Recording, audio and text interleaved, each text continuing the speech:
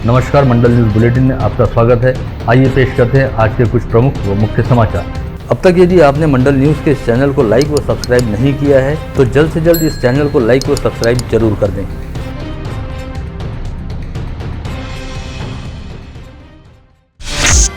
संत गाडगेबाबा अमरावती विश्वविद्यालय का 38वां दीक्षांत समारोह आज मोर्शी रोड पर स्थित डॉक्टर पंजाबराव देशमुख स्मृति मेडिकल कॉलेज परिसर के छत्रपति शिवाजी महाराज सभागृह में आयोजित किया गया था। राज्य के राज्यपाल तथा विद्यापीठ के कुलपति भगत सिंह कोश्यारी की अध्यक्षता में आयोजित इस समारोह में प्रमुख अतिथि के तौर पर राज्य के उच्च व तंत्र शिक्षा मंत्री उदय सामंत द्वारा प्रत्यक्ष उपस्थित रहते हुए दीक्षांत भाषण दिया गया। वहीं राज्यपाल भगत सिंह कोश्यारी ने इस आयोजन में ऑनलाइन तरीके से हिस्सा लिया। इस अवसर पर अपने दीक्षांत भाषण में मंत्री उदय सामंत द्वारा कहा गया कि महाविद्यालयीन स्तर पर शिक्षा पूर्ण होने और पदवी प्राप्त करने के उपरांत सभी विद्यार्थी अपने अपने कार्यक्षेत्र में जुट जाते हैं ताकि जीवन में सफलता प्राप्त कर सके। कई विद्यार्थी सफलता के यशो शिखर पर भी पहुंचते हैं और देश सहित दुनिया में नाम व प्रतिष्ठा कमाते हैं, लेकिन पाया जाता है कि इनमें से अधिकांश विद्यार्थी आगे चलकर अपने महाविद्यालय, विश्वविद्यालय व प्राध्यापकों सहित अपने मूल निवास क्षेत्र से पूरी तरह कट जाते हैं। यह अपने आप में एक गलत मानसिकता व गलत परंपरा है जिसे रोका जाना चाहिए और पदवी प्राप्त करने वाले हर एक विद्यार्थी ने दीक्षांत समारोह जैसे मौके पर ही यह संकल्प लेना चाहिए कि वे चाहे देश सहित दुनिया में कहीं पर भी रहें, लेकिन हमेशा अपनी जड़ों से जुड़े रहेंगे।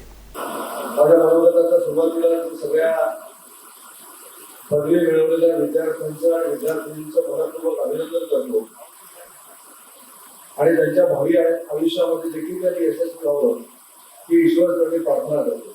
आज आपल्या सगळ्यांना आनंद असला पाहिजे की राज्यपाल महोदय देखील या कार्यक्रमाला उपस्थित आहेत, त्या खात्याचा प्रमुख म्हणून जी देखील उपस्थित आहेत, की आमची अपेक्षा एवढीच असते की ज्या विद्यापीठातून विद्यार्थी पदवी घेऊन बाहेर पडतायत तरी कायमस्वरूपी या विद्यापीठाची आठवण ठेवली पाहिजे।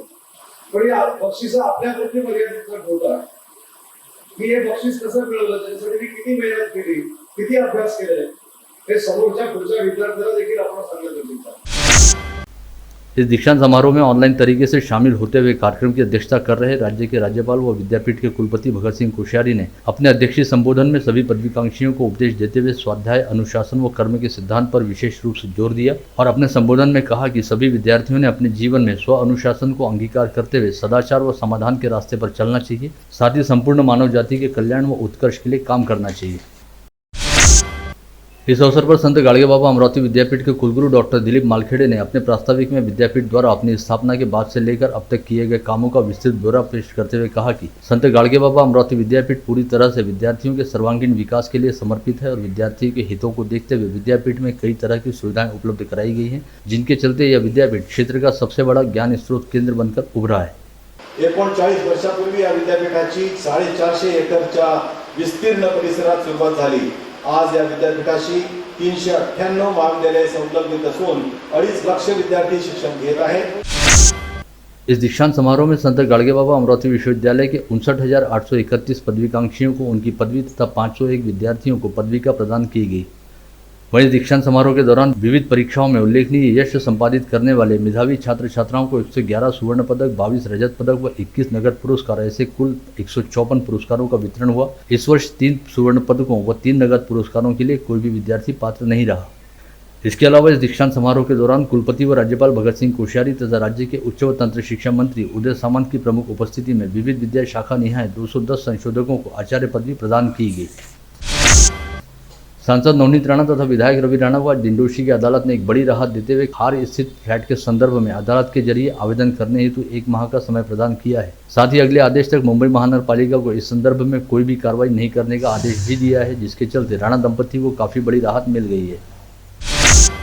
विधायक सुलभा खोड़के ने आज वडाली तालाब परिसर को भेंट देते हुए वहां पर चल रहे विकासात्मक कामों का जायजा लिया। साथ ही उन्होंने कहा कि शहर के प्राकृतिक सौंदर्य को बढ़ाने वाले वडाली तालाब व उद्यान परिसर में नावीन्यपूर्ण बदलाव किए जाने के चलते अब इस स्थान को पर्यटन की दृष्टि से काफी अधिक महत्व प्राप्त हो गया है। ऐसे में यहाँ पर विकासात्मक बातों की पूर्तता करने के साथ साथ यहाँ उपलब्ध कराई गई सुविधाओं की देखभाल करने की ओर भी ध्यान दिया जाना बेहद जरूरी है। हाल ही में संभागीय आयुक्त पीयूष सिंह का केंद्रीय ऊर्जा विभाग के सहसचिव पद पर तबादला हो जाने के चलते उनका प्रभार जिलाधीश पवनीत कौर को सौंपा गया था, क्योंकि सरकार द्वारा अब तक संभागीय आयुक्त पद पर किसी वरिष्ठ प्रशासनिक अधिकारी की नियुक्ति नहीं की गई है। वहीं अब आगामी शनिवार 28 मई से जिलाधीश पवनीत कौर 1 सप्ताह के लिए अवकाश पर जा रही हैं। ऐसे में उनके कामकाज का जिम्मा जिला परिषद के सीईओ अभिशान पंडा के पास सौंपा जाएगा। ऐसे में 3 प्रमुख प्रशासनिक अधिकारियों के तौर पर जिले में एक ही प्रशासनिक अधिकारी द्वारा काम किया जाएगा। जिला परिषद व पंचायत समिति के आगामी आम चुनाव हेतु इस समय राज्य निर्वाचन आयोग ने गट व गण रचना का कार्यक्रम घोषित किया है, जिसके चलते आगामी 2 जून को प्रारूप गट व गण रचना प्रकाशित होगी। ऐसे में 2 जून को ही यह स्पष्ट होगा कि कौन सा गांव किस गट या गण में शामिल हुआ है। ऐसे में जिला परिषद व पंचायत समिति का चुनाव लड़ने के इच्छुकों द्वारा बड़ी बेसब्री के साथ अपने गण व गट का परिसीमन घोषित होने का इंतजार किया जा रहा है। आज दोपहर अकस्मात ही आसमान में काले घने बादल छाने के साथ ही झमाझम बारिश शुरू हुई, जो बमुश्किल 10 से 15 मिनट चली, लेकिन इस 10 मिनट की बारिश ने शहर को भिगोकर सराबोर कर दिया। अकस्मात ही शुरू हुई इस बारिश की वजह से हर कोई भौचक रह गया और खुद को पानी की तेज बौछारों से बचाने की जद्दोजहद करता दिखाई दिया। 10 मिनट के बाद मौसम एक बार फिर पहले की तरह हो गया और आसमान साफ होकर दोबारा तेज धूप पड़ने लगी। आज अपराह्न 3 बजे के बाद अचानक मौसम में परिवर्तन होकर कुछ देर तक बारिश की फुहारें बरसी, जिससे तेज धूप व गर्मी से परेशान लोगों को इस बारिश ने यद्यपि थोड़ी देर के लिए राहत पहुंचाई, लेकिन चंद पलों की इस बारिश ने मंडी प्रशासन की पोल खोलकर रख दी, क्योंकि मंडी के यार्ड में रखा अनाज पूरी तरह से भीग गया। मंडी प्रशासन द्वारा किसानों का माल बारिश में भीगने से बचाने के लिए प्रबंध करने के तमाम दावे किए जाते हैं, लेकिन हर बार मंडी प्रशासन अपने दावों पर नाकाम नजर आता है। विगत कुछ वर्षों की तुलना में इस बार राज्य के तापमान में अच्छी खासी वृद्धि हुई, जिसके चलते उष्माघात होने का प्रमाण काफी अधिक बढ़ गया है। विगत 1 मार्च से 23 मई के दौरान समूचे राज्य में कुल 688 उष्माघात पीड़ित मरीज पाए गए, जिसमें से सर्वाधिक 605 उष्माघात पीड़ित अकेले विदर्भ क्षेत्र से वास्ता रखते हैं। इसके अलावा उष्माघात का संदेह रहने के चलते 33 लोगों की मौत हुई है और जिला अन्वेषण समिति द्वारा उष्माघात की वजह से 17 मौतें होने की पुष्टि भी की गई है। अमरावती शहर से जिले की शान व पहचान रहने वाले श्री हनुमान व्यायाम प्रसारक मंडल के प्रधान सचिव पद्मश्री प्रभाकर राव वैद्य का आज जन्मदिन रहने के चलते शहर के कई गणमान्य नागरिकों तथा राजनीतिक दलों व सामाजिक संगठनों के पदाधिकारियों द्वारा आज हनुमान व्यायाम प्रसारक मंडल परिसर स्थित वैद्य साहब के घर जाकर उन्हें जन्मदिवस की बधाई दी गई और बड़े प्यार व सम्मान के साथ ताऊ कहे जाते बल तपस्वी प्रभाकर राव वैद्य का भावपूर्ण सत्कार किया गया। इस अवसर पर वैद्य साहब की सुपुत्री तथा हनुमान व्यायाम प्रसारक मंडल की सचिव माधुरी चेंडके तथा संचालक श्रीकांत चेंडके सहित वैद्य परिवार के सभी सदस्यों ने उपस्थितों का भावपूर्ण स्वागत किया। साथ ही जन्मदिवस पर अपने परिवार के आधार स्तंभ वैद्य साहब के स्वस्थ व दीर्घायु होने की मंगल कामना भी की।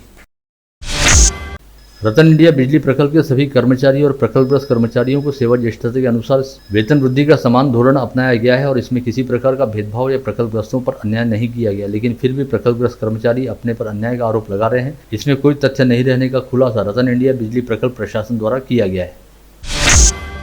जिलाधीश पवनीत कौर के निर्देशानुसार आपत्ति व्यवस्थापन प्राधिकरण, प्रशिक्षण केंद्र तथा राज्य आरक्षित पुलिस बल गढ़ क्रमांक 9 के संयुक्त तत्वाधान में जिला बचाव दल ने मानसून पूर्व तैयारी व प्रशिक्षण अंतर्गत वडाली तालाब में रंगीत तालीम की। 3 घंटे से अधिक समय तक यह मॉक ड्रिल चला, जिसके माध्यम से रेस्क्यू ऑपरेशन का प्रत्यक्ष प्रशिक्षण कर्मचारियों को दिया गया।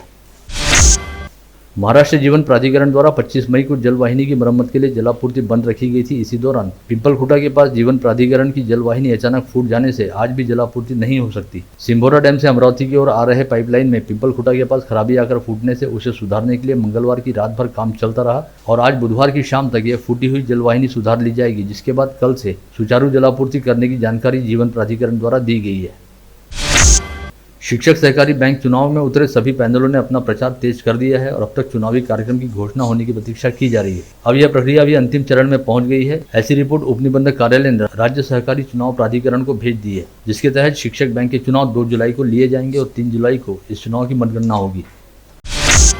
महानगरपालिका चुनाव के लिए आरक्षण निश्चित ही करने के लिए आगामी 31 मई को ड्रॉ निकाले जाएंगे। शहर के संत ज्ञानेश्वर सांस्कृतिक भवन में यह आरक्षण ड्रॉ निकाले जाने की संभावना है, जिसके लिए कल शाम को चुनावी आरक्षण प्रक्रिया के लिए नोटिफिकेशन जारी किया जाएगा। 31 मई को आरक्षण के ड्रॉ निकाले जाने के पश्चात 1 जून को आरक्षण प्रारूप की घोषणा होगी।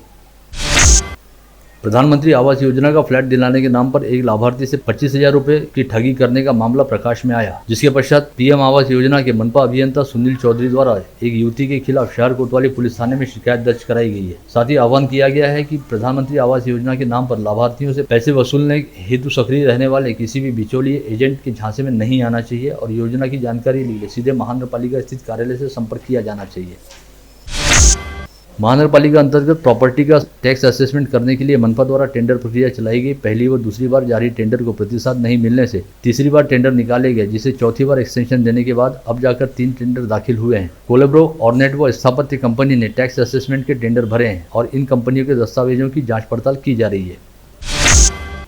देश में लोड शेडिंग सदृश स्थिति रहने के बाद भी राज्य में महावितरण द्वारा महंगी दरों पर बिजली खरीद कर बिजली की आपूर्ति की जा रही है, जिसकी वजह से राज्य में कहीं पर भी लोड शेडिंग नहीं हो रही। इसके साथ ही 45 डिग्री के तापमान में महावितरण के कर्मचारी दिन रात काम कर रहे हैं, परंतु इसके बावजूद बकाया बिजली बिलों की वसूली नहीं हो पा रही। ऐसे में जिन ग्राहकों द्वारा अपने बकाया बिलों का भुगतान नहीं किया जा रहा, ऐसे ग्राहकों के कनेक्शन काटने की कार्रवाई शुरू करने के आदेश महावितरण के प्रादेशिक संचालक सुहास रंगारी ने यहाँ के विद्युत भवन में आयोजित बैठक के दौरान दी। विगत 21 मई को अंकुश तागड़े नामक वकील के खिलाफ गाड़गेनगर पुलिस ने झूठा मामला दर्ज कर उनसे मारपीट की और अंकुश को किसी हिस्ट्री शीटर आरोपी की जैसे हथकड़ी लगाकर कोर्ट में लाया गया। इस घटना की जिला वकील संघ ने कड़े शब्दों में निंदा करते हुए इस मामले में दोषियों पर कड़ी कार्रवाई किए जाने की मांग की और ऐसा नहीं होने पर कल से बेमियादी कामबंद हड़ताल करने की घोषणा जिला वकील संघ के अध्यक्ष शोएब खान द्वारा की गई। तो उद्यापासून बेमुदत काम बंद राहील। त्याचप्रमाणे ॲडव्होकेट अंकुश तागडे यांच्यावर जो बेकायदेशीरपणे जो 353 हा नॉन बेलेबल ऑफेन्स रजिस्टर झाला, तो नॉन बेलेबल ऑफेन्स खारिज करण्याकरता नागपूर खंडपीठाच्या न्यायालयामध्ये आमचे वकील मंडळी जाणार आहेत। त्याचप्रमाणे त्यांना जे हँडकपिंगमध्ये आणलं तो सुप्रीम कोर्टाचा अवमान झाला। त्या संदर्भामध्ये पोलीस जे कर्मचारी आहेत त्यांच्याविरुद्ध कंटेम्प्ट ऑफ कोर्टची कारवाईसुद्धा आम्ही सुरू करणार आहोत। राष्ट्रीय पिछड़ा वर्ग ओबीसी मोर्चा द्वारा आज भारत बंद आंदोलन की घोषणा की गई थी, जिसके तहत आज ओबीसी मोर्चा के पदाधिकारियों ने इरविन चौराहे पर चक्का जाम आंदोलन करते हुए ओबीसी आरक्षण व ओबीसी प्रवर्ग की जाति निहाय जनगणना किए जाने की मांग की। इस आंदोलन की वजह से इरविन चौराहे पर यातायात कुछ देर के लिए प्रभावित हो गया था। जे पेन्शन स्कीम वाले लोक आहेत त्यांना पुराणी पेन्शन स्कीम नुसार त्यांना पेन्शन देण्यात यावी हा मुद्दा आहे। माझा मुद्दा आहे की जे शेतकऱ्यांचा जो कायदा जो आता 3 कायदे केंद्र सरकारने वापस घेतले, ते कायदे पूर्णतः वापस घेण्यात यावे आणि MSP कायदा बनवण्यात यावा। ऑल इंडिया उलमा मसाइक बोर्ड के अध्यक्ष मौलाना सैयद मोहम्मद अशरफ ने आज यहाँ बुलाई गई पत्रवार्ता में कहा कि हमारा मुल्क आस्था रखने वाला मुल्क है और एक दूसरे को इज्जत देने वाले देश के रूप में हमारी पहचान है, लेकिन सत्ता के खेल में अंग्रेजों की तरफ फूट डालो और राज करो वाली नीति अपना कर दो भाइयों में बैर पैदा करते हुए तीसरे को लाभ पहुंचाने की नीति पर सत्ताधारी दल चल रहे हैं और सत्ता से कोई सवाल न किया जाए, इसलिए आपसी मुद्दों को हवा देकर लोगों को बेवजह विवादों में उलझाया जा रहा है। अनेकता में एकता का कॉन्सेप्ट बड़ी मजबूती से दुनिया में हमने दिया है, मिसाल बताई है कि हम उस मुल्क के रहने वाले हैं। हिंदुस्तान वो मुल्क है जहाँ 100 किलोमीटर पर ज़बान बदल जाती है, लैंग्वेज बदल जाती है, आस्थाएं बदल जाती है, कल्चर बदल जाता है। इतनी अनेकता में भी हम एक हैं। इस दुनिया को हमने ये सबक दिया है, कहीं ऐसा ना हो कि हमारी ये एकता अनेकता की तरफ चली जाए, हम बिखर जाए।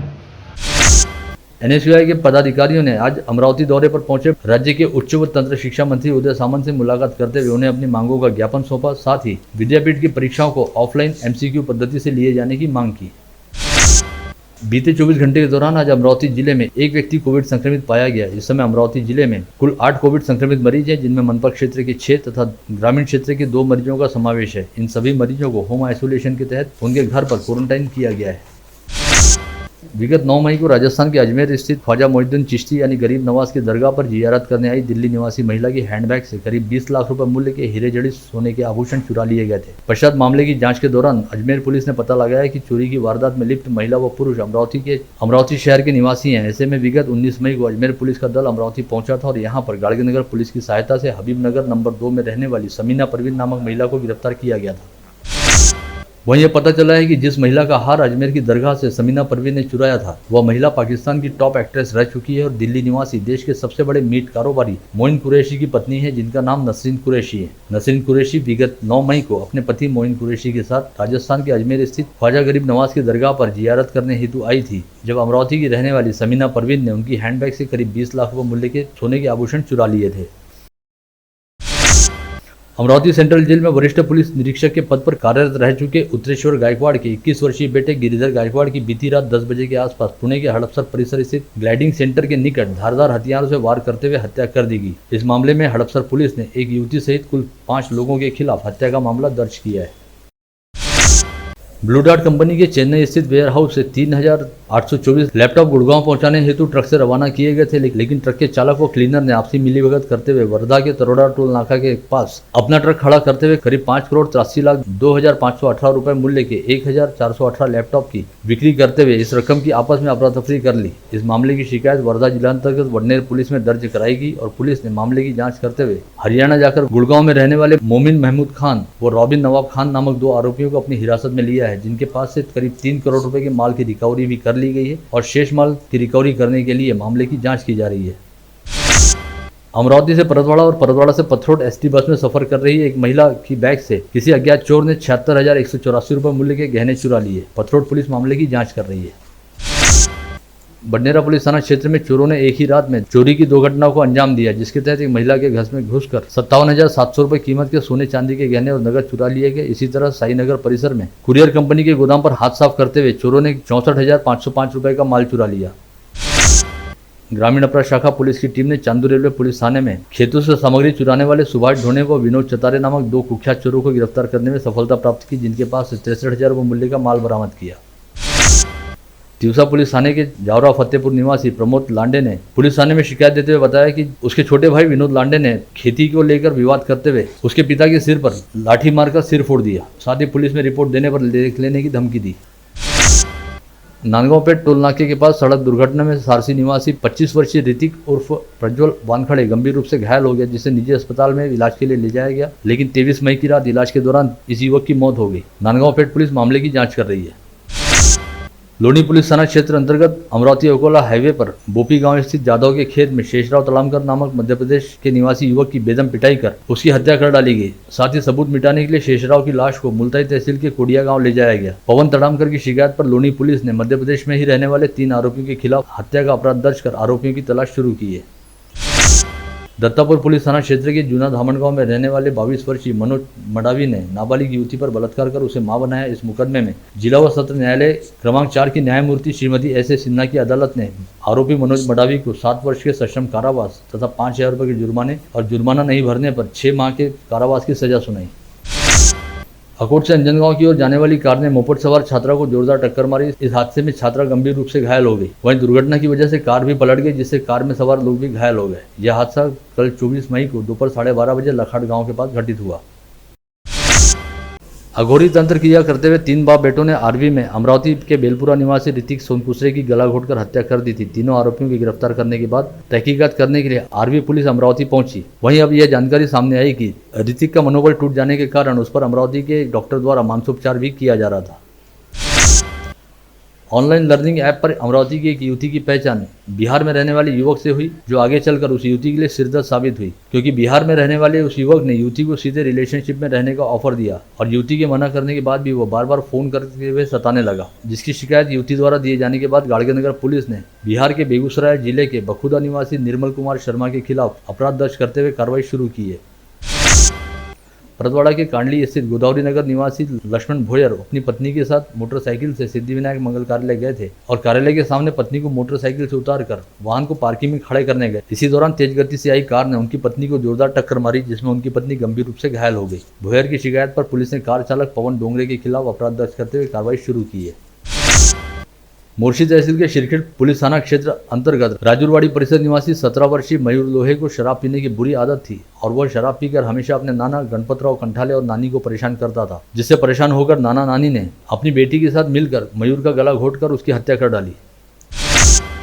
राजापेट पुलिस थाना क्षेत्र के दरोगा प्लॉट परिसर में पेट्रोलिंग के दौरान गुप्त सूचना मिलने पर पुलिस की टीम ने साइप्रस मंगल कार्यालय के पास दरोगा प्लॉट निवासी अक्षय मेश्राम को पकड़ा और उसकी तलाशी ली, जिसके पास से मेटेलिक ग्रे कलर का एक पिस्टल बरामद हुआ है। पुलिस ने हथियार समेत आरोपी को गिरफ्तार किया है।